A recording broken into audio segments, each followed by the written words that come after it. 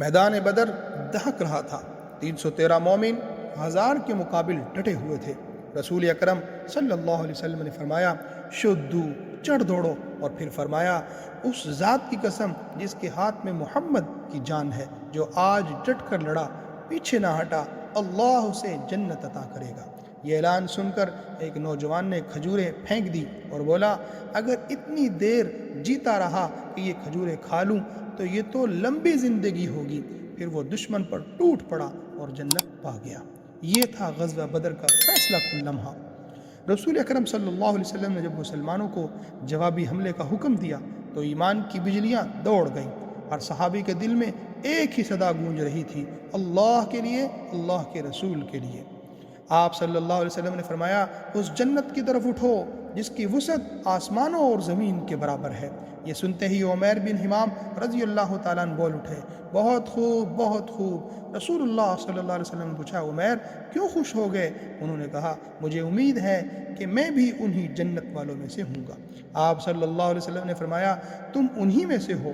عمیر رضی اللہ تعالیٰ عنہ نے کھجوریں پھینک دی، تلوار سنبھال لی اور لڑتے لڑتے شہید ہو گئے۔ یہ تھا ایمان کا جنون اور جنت کی طلب۔ افرا کے بیٹے عوف بن حارث رضی اللہ تعالیٰ نے عرض کیا یا رسول اللہ اپنے بندے کی کس بات سے مسکراتا ہے؟ آپ صلی اللہ علیہ وسلم نے فرمایا جب بندہ بغیر زرہ کے ننگے جسم کے دشمن پر جھپٹ پڑے۔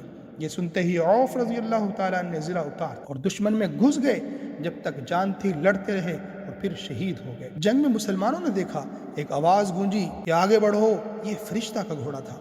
پھر ایک مشرک زمین پر گرا، چہرہ پھٹا ہوا، ناک پر کوڑے کا نشان، جیسے کسی نے آسمان سے مارا ہو۔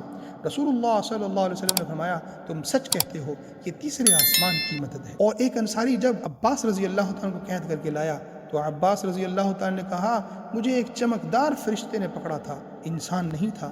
آپ صلی اللہ علیہ وسلم نے فرمایا خاموش رہو، اللہ نے ایک فرشتے سے تمہاری مدد کی ہے۔ یہ وہ گھڑی تھی جب آسمان سے مدد زمین پر اتری۔ مگر دوسری طرف ابلیس لعین سراقہ بن مالک کی شکل میں مشرکین کے درمیان موجود تھا۔ جب اس نے دیکھا فرشتے اتر رہے ہیں، کافروں کے دل کانپ رہے ہیں، تو وہ بوکھلا گیا اور بھاگ نکلا۔ حارث بن ہشام نے اسے پکڑا، سراقہ کہاں جا رہے ہو؟